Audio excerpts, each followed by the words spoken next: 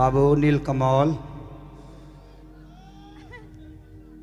ठीक बड़ो लइका सुताई की तहरा के कि पहाड़ा देखा रे बाबू देखा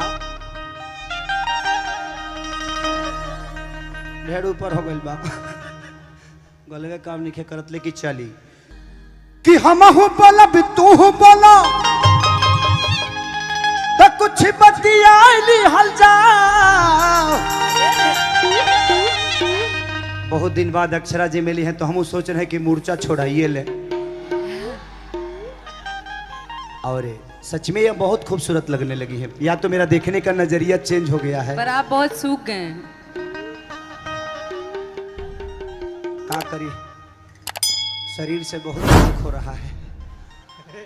ये कोई जरूरी थोड़ी है आदमी एक एक काम करके दुबरा ला। डेली तो आदमी जागत तो दुबराइए न जाई हो। इंसाने न है कोनो जनरेटर थोड़ी है जो तेल महंग हो तब घींचत रहो। लेकिन क्या करिएगा इंसान है और मेहनत बहुत ज़्यादा है। और आप तो मेरी वर्क के बारे में आपसे बेहतर कौन जानता है। हाँ। मैं वर्क के लिए कुछ भी कर सकता हूँ। मेरे लिए जीवन में मेरा वर्क ही मेरी जीवन है। मेरी वर्क ही मेरी गर्लफ्रेंड है। मेरी वर्क ही मेरी माँ है। मेरी वर्क ही मेरी पिता है। और आप सब तो ईश्वर हैं जो मेरे वर्क को इतना प्यार और आशीर्वाद देते हैं कि हम हो बोला भी तू हो बोला तो कुछ बतियाली हल जाओ। तो हम हूँ सटब तू हूँ सटा। क्या बोले? तो हम हूँ सटब तू हूँ सटा। अच्छा अभी भी मन करता है आपका? अब पंच लाइन मारने का मन आपका नहीं कम करता। गुड़ अच्छा लग रहा हल जा।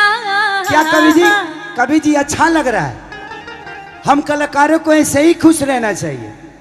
विवाद अपने जगह पे है और हमारे जीवन में विवाद नहीं तो हम कलाकार नहीं। नेता और अभिनेता बिना विवाद के बड़ा नहीं होते हैं। ये विवाद बहुत जरूरी है। और आप अकेले दम पे आज इतने बड़े साम्राज्य को अपना बना लिया। पूरे भोजपुरी के जनता पे आज राज करती हैं तो आपका मेहनत और आपका ईमानदारी ही आपको बताता है कि आप कितने अच्छे हो। आज जितने लोग यहाँ बैठे हैं सबने अपनी पहचान बनाई है खुद से। यहाँ कोई किसी के स्टार का मोहताज नहीं है। जो कोई स्टार मुझे प्रमोट करेगा तो मैं यहाँ तक पहुँचूंगा।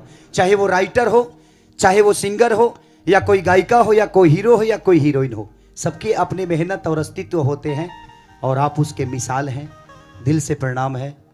कैसे ही मेरे पे दया दृष्टि बनाए रखिएगा। थैंक यू वेरी मच। आप भी कभी भी कुछ भी हो सकता है। समय है।